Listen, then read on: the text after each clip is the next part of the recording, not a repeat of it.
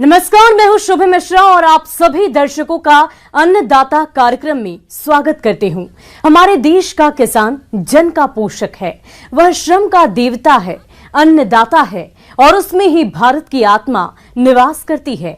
ऐसे ही किसानों की प्रगति के लिए हम खेती बाड़ी से जुड़ी हुई बहुत सी नई लाभकारी जानकारियां हर रोज सुबह लेकर आते हैं।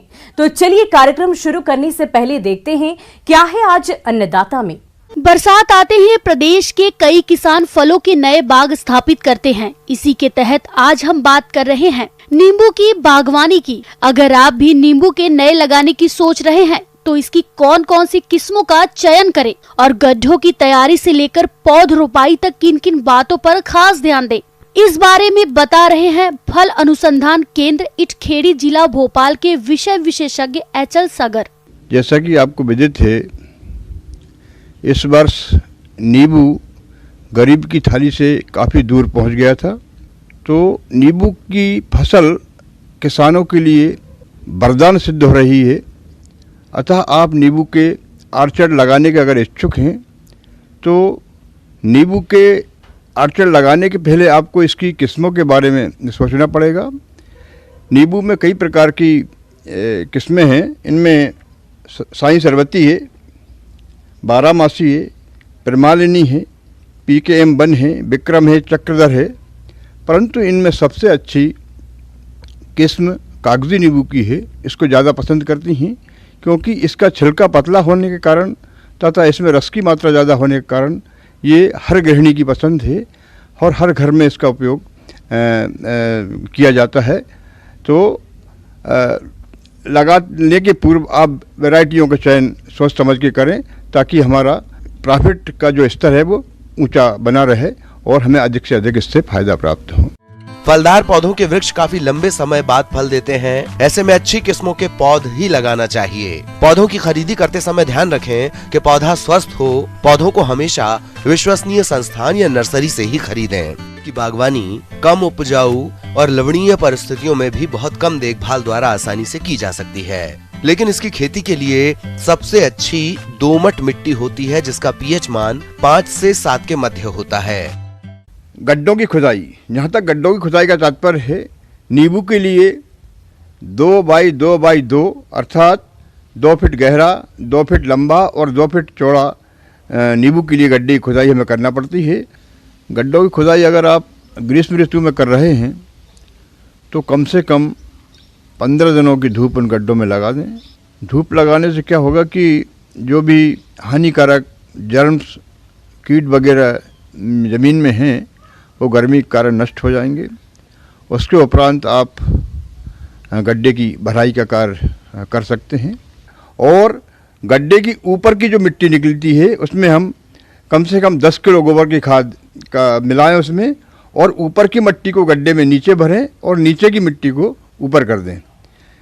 तो इससे क्या होगा कि जब नींबू की जड़ें नीचे जाएंगी तो उनको करीबन 3 साल तक वो गोबर की खाद के रूप में पोषक तत्व इसको मिलते रहेंगे और पौधे की बढ़वार काफ़ी अच्छी होगी। चाहे तो ट्राइकोडर्मा विरिडी या बाविस्टिन भी डाल सकते हैं। और गड्ढे की भराई करने के पश्चात उस गड्ढे में एक आप खूंटी लगा दें जिससे आपको पहचान रहे कि यहाँ हमारा गड्ढा का बीज सेंटर है। खेती के लिए पौधारोपण का मुख्य समय जुलाई से अगस्त तक है, पर जिन स्थानों में सिंचाई की सुविधा हो वहां पर पौधे फरवरी से मार्च में भी लगाए जा सकते हैं। गड्ढे की भराई के 15 दिन बाद पौधों की रोपाई करना चाहिए। पौध को रोपते समय चिन्हित किए गए गड्ढों के मध्य में पौधों की पिंडी के हिसाब से छोटा गड्ढा खोदें। नींबू के लिए विशेष रूप से हम 15 बाई 15 फीट का इस्तेमाल करते हैं। चाहे वो पौधे से पौधे की दूरी हो या लाइन से लाइन की दूरी है, दोनों को हम 15 बाई 15 फीट पे लगाकर उत्तम प्रकार का नींबू का बगीचा तैयार कर सकते हैं। और लगाते समय ये सावधानी रखें कि जब थैली को आप काट रहे हैं तो बड़ी सावधानी से ब्लेड की सहायता से उस थैली को, पॉलीथीन को काट कर पिंडी से अलग कर दें। और ध्यान रहे कि जो पौधे की पिंडी है उसको किसी प्रकार का नुकसान ना हो, वो फूटे ना, मिट्टी ना झड़े, जड़ें उसकी उजागर ना हों उसके पश्चात उस पिंडी को आप जो गड्ढे का मेन सेंटर है जहाँ खूंटी लगी हुई थी वहाँ पे उस पिंडी को लगा दें और पैर से चारों तरफ से अच्छे से उसकी दवाई कर दें, जिससे कि हवा ज़्यादा मात्रा में गड्ढे के अंदर जड़ों के पास ना जा पाए। और उसके तुरंत बाद अगर बारिश हो रही है तब तो कोई बात नहीं, और बारिश अगर नहीं हो रही है तो सिंचाई करके उस पौधे को पानी की पर्याप्त मात्रा दें।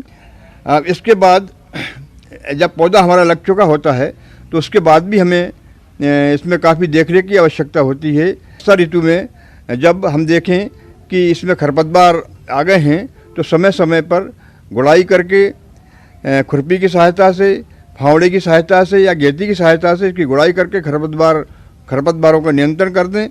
और जब तक कि हमारा पौधा 4-5 साल का ना हो जाए उस समय तक इसमें जो नीचे से जो शाखाएं निकलती हैं उनकी कटिंग छटिंग भी ठीक प्रकार से करते रहें और पौधे की कैनोपी को एक अच्छी प्रकार का हम बना दें ताकि भविष्य में पौधा हमें अच्छे प्रकार के फल दे सके और पौधा अवांछनीय तरीके से उसकी बढ़वार ना हो। इसलिए कटिंग शटिंग भी इसमें काफ़ी नितांत आवश्यक हो जाती है। चलिए अब रुक करते हैं अगली कड़ी की ओर। किसान भाइयों, अपने प्रदेश में विभिन्न फसलों की खेती की जाती है जिनमें कई तरह के खरपतवार उगाते हैं। इन्हीं खरपतवारों में से एक है गाजर घास, जो कि बहुत तेजी से फैलती है और साल दर साल यह खेतों में बढ़ता चला जाता है। साथ ही मनुष्य और पशु जब इस घास के संपर्क में आते हैं तो उनके स्वास्थ्य पर भी इसका बुरा प्रभाव पड़ता है। इसलिए गाजर घास का समय रहते नियंत्रण करना जरूरी है। तो आप कैसे करें गाजर घास का समेकित नियंत्रण? आइए जानते हैं कृषि वैज्ञानिक डॉक्टर शीला बारला से। किसान भाइयों नमस्कार। आज मैं आप लोगों को गाजर घास से खेतों में क्या क्या नुकसान होते हैं और उससे मनुष्यों में क्या दुष्प्रभाव होते हैं उसके बारे में बताने जा रही हूँ। गाजर घास का वैज्ञानिक नाम पार्थेनियम हिस्टेरोफोरस है। इसका पत्ता गाजर की तरह होता है, इसलिए इसको गाजर घास कहा जाता है। इसका दूसरा नाम चटक चांदनी, कांग्रेस घास, गांधी टोपी, इन सभी नामों के द्वारा भी इसको जाना जाता है। यह भारत के लिए एक समस्या बनती जा रही है। इसको हम देखें तो पूरब से पश्चिम, उत्तर से दक्षिण, हर एक जगह ये घास देखने को मिलती है। इसका आप लोग देखे होंगे ऊपर में छोटा छोटा फूल होता है, जिसके लिए इसको चटक चांदनी या गांधी टोपी के नाम से जाना जाता है। गाजर घास एक खरपतवार है जिसका वैज्ञानिक नाम पार्थेनियम हिस्टेरोफोरस है। यह खरपतवार कंपोजिटिक कुल की होती है और गाजर के पौधे जैसी दिखती है। इसे कैरेट ग्रास, कांग्रेस ग्रास और क्षेत्रीय भाषा में सफेद टोपी, चटक चांदनी आदि नामों से भी जाना जाता है। ये एक वर्षीय शाकीय पौधा है जिसकी लंबाई लगभग 1 से 1.5 मीटर तक हो सकती है। हर एक गाजर घास खरपतवार लगभग 1000 से 5000 बहुत ही छोटे छोटे बीज पैदा करता है। वैसे तो यह घास हर तरह के वातावरण में उग जाती है, मगर नम और छायादार स्थानों पर अधिक तेजी से उगती है। और ये जो घास है ये सबसे पहले 1955 में पूना में दिखा था, एक ही पौधा दिखा था। लेकिन आज हम लोग देखते हैं कि इतने सालों में पूरा भारत में पूरा फैल गया है और विकराल रूप ले लिया है। ये गेहूं का जब हम लोग आयात करते थे उस समय गेहूं के बीज के साथ एक बीज आया था और अभी पूरे भारत में फैलते जा रहा है। ये आप कृषि वाले क्षेत्रों में देखते हैं या फिर अकृषित क्षेत्रों में देखते हैं या सड़कों के किनारे या रेल लाइन के किनारे देखते हैं, आप हर जगह ये मिलता है। पहले तो ये अकृषित क्षेत्रों में ज़्यादा मिलता था या सड़कों के किनारे में ज़्यादा दिखता था, लेकिन अब हम लोग देखते हैं कि हमारे खेतों में भी ये पसरता जा रहा है। ये कृषि के लिए, मनुष्यों के लिए, पशुओं के लिए और पर्यावरण के लिए, साथ ही जैव विविधता के लिए भी ये बहुत खतरा बनते जा रहा है। तो हम लोगों को हर एक को इसमें जागरूक होना है कि ये घास हमारे लिए बहुत हानिकारक है। इससे मनुष्यों में बहुत सारे दुष्प्रभाव होते हैं, साथ ही ये पशुओं में भी चर्म रोग जैसे रोगों को करते हैं। और जब पशु चरते हैं, इस घास को खा लेते हैं, तो उनके दूध में पार्थेनिन नामक जो विषैला पदार्थ है जो पार्थेनियम से के द्वारा खाने से होता है, वो उनके दूध में आ जाता है और उसके कारण ये मनुष्यों में एलर्जी या चर्म रोग ऐसे बीमारी होने लगता है। इसका नियंत्रण करना भी बहुत ज़रूरी है। ये भी अन्य खरपतवारों की तरह हमारे खेतों में फसलों के जो भी पोषक तत्व हैं उनके जल एवं प्रकाश के लिए फसलों से वो प्रतियोगिता करते हैं और फसलों को बढ़ने नहीं देते, जिससे कि उनका फसलों का बढ़वार कम होता है और उससे उपज भी कम होने लगती है। इसके नियंत्रण के लिए ऐसे कीटों को रखा जाता है जो गाजर घास को अच्छी तरह से नष्ट करने में सक्षम होते हैं और अन्य उपयोगी फसल या वनस्पतियों पर कोई विपरीत प्रभाव नहीं डालते। जून से अक्टूबर के प्रथम पखवाड़े में बीटल कीट अधिक सक्रिय रहता है और 1 एकड़ के लिए लगभग 3 से 4 लाख कीटों की आवश्यकता होती है। केशिया, टोरा, गेंदा, ट्रोफेशिया, परपुरिया, जंगली, चलाई जैसे कुछ पौधों की बुवाई मानसून से पहले अप्रैल मई में करने से गाजर घास ग्रसित क्षेत्र का प्रसारण कम होने लगता है और इसलिए इस घास को नियंत्रित करना चाहिए और कोशिश रहना चाहिए कि फूल आने से पहले ही इस घास का नियंत्रण कर दें, क्योंकि फूल आने से फूल में भी इसमें अंकुरण की काफ़ी क्षमता होती है।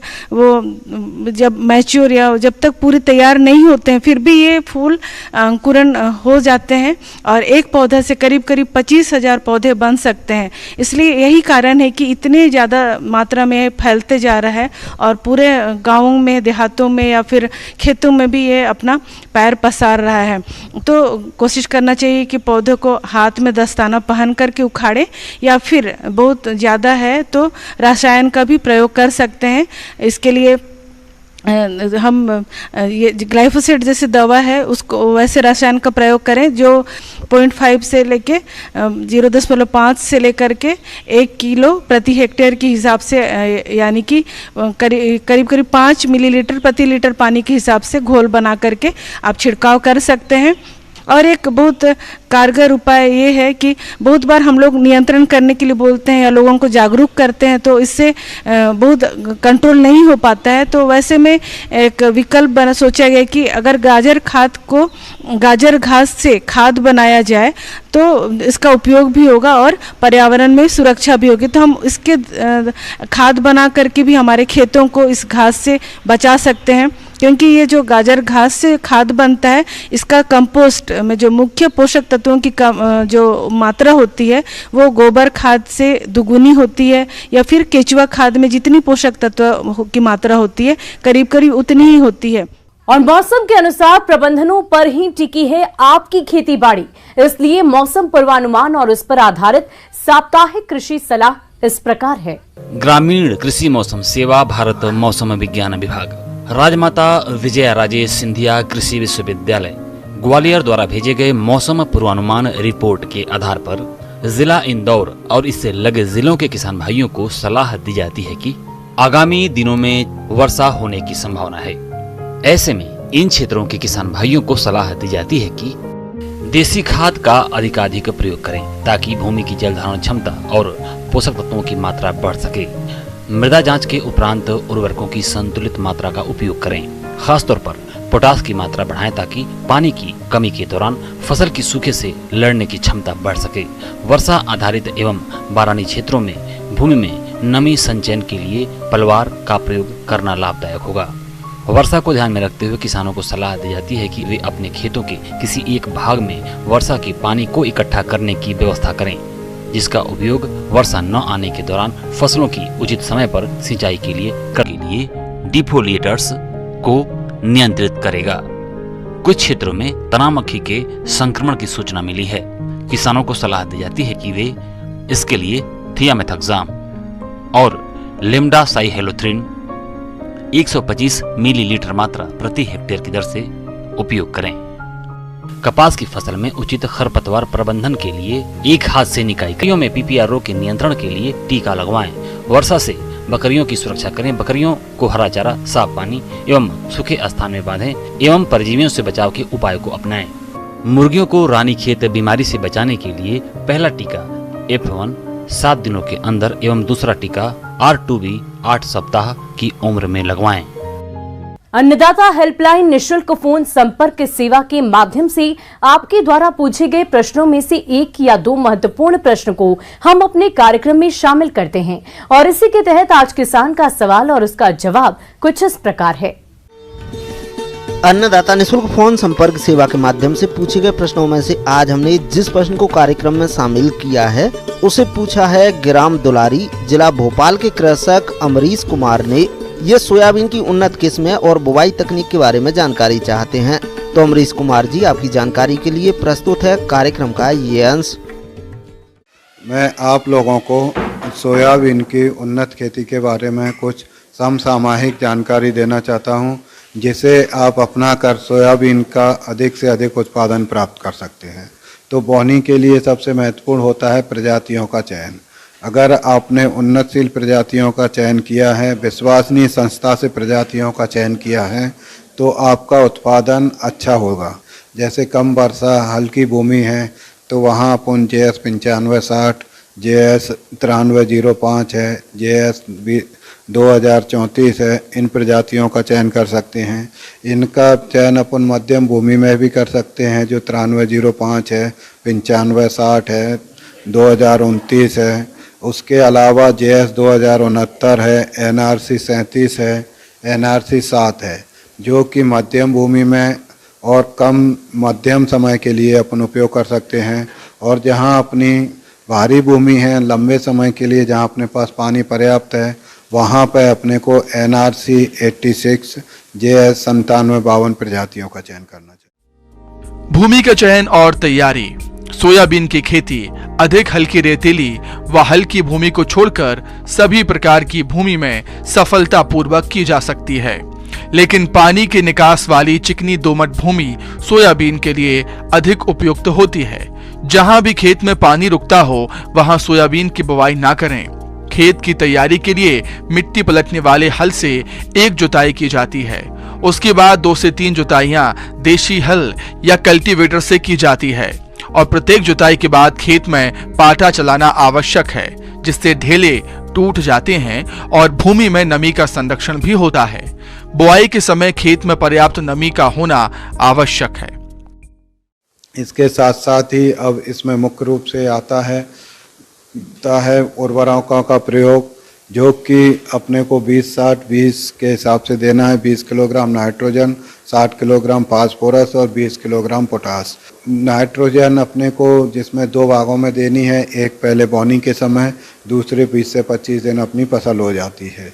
इसमें नाइट्रोजन की मात्रा 20 किलोग्राम बहुत कम इसीलिए दी जा रही है क्योंकि इसकी गांठों में राइजोबियम कल्चर के जीवाणु रहते हैं, जो कि नाइट्रोजन को इकट्ठा करने का काम करते हैं, दलहनी फसल होने के कारण। इसके बाद आता है बीज दर। बीज दर इसका 70 से 100 kg रहता है। 70 से 100 kg से मतलब यह है कि जो छोटे दाने वाली प्रजातियां हैं उनमें कम बीज लगता है, 70 किलो बीज लगेगा, और जो मोटे दाने वाली प्रजातियां हैं उनमें ज़्यादा बीज। प्रति हेक्टेयर की दर से आप 70 से 100 किलो बीज उपयोग कर सकते हैं। लेकिन बीज चयन करते समय इस बात का भी ध्यान रखें कि इसका अंकुरण अच्छा हो, कम से कम 75 से 80% होना चाहिए। अब बीजोपचार में आप लोगों को जो उपचारित करना है, इसमें अपने को एक FIR सिस्टम है, जिसमें F से मतलब फफूंदनाशक, I से मतलब कीटनाशक और R से मतलब कल्चर। तो फफूंदनाशक इसमें बाविस्टिन नाम की जो दवा आती है, उससे 2 से 2.5 ग्राम प्रति किलो बीज आप उपयोग कर सकते हैं। और कीटनाशक में आपका थायोमेथाक्साम नामक दवा आती है, उसकी 1 ग्राम मात्रा प्रति किलो बीज के हिसाब से उपयोग करें। तीसरी चीज़ मुख्य चीज़ रहती है जो कि कल्चर रहते हैं। कल्चर इसमें PSB कल्चर का आप उपयोग करें, राइजोबियम कल्चर का उपयोग करें, और इनकी मात्रा आपको 5 से 10 ग्राम रखनी है। कल्चर की मात्रा 5 से 10 ग्राम प्रति किलो बीज के हिसाब से आप उपचारित करके बोनी करें। बीज बुआई की उन्नत तकनीक। किसान भाइयों, सोयाबीन की बोनी कतारों में करना चाहिए। सोयाबीन की बुवाई के लिए सीड ड्रिल का उपयोग किया जा सकता है। कम फैलने वाले किस्मों के लिए कतार से कतार की दूरी 40 सेंटीमीटर और अधिक फैलने वाले प्रजातियों के लिए कतारों की दूरी 45 सेंटीमीटर रखना उपयुक्त होता है। और 20 कतारों के बाद एक कूट जल निथार व नमी संरक्षण के लिए खाली छोड़ देना चाहिए। इसके अलावा सोयाबीन के बीजों की गहराई 2.5 से 3 सेंटीमीटर रखना जरूरी होता है। और आइए अब एक नजर डालते हैं राज्य की कुछ चुनी हुई मंडियों के प्रमुख फसलों के बाजार भाव पर।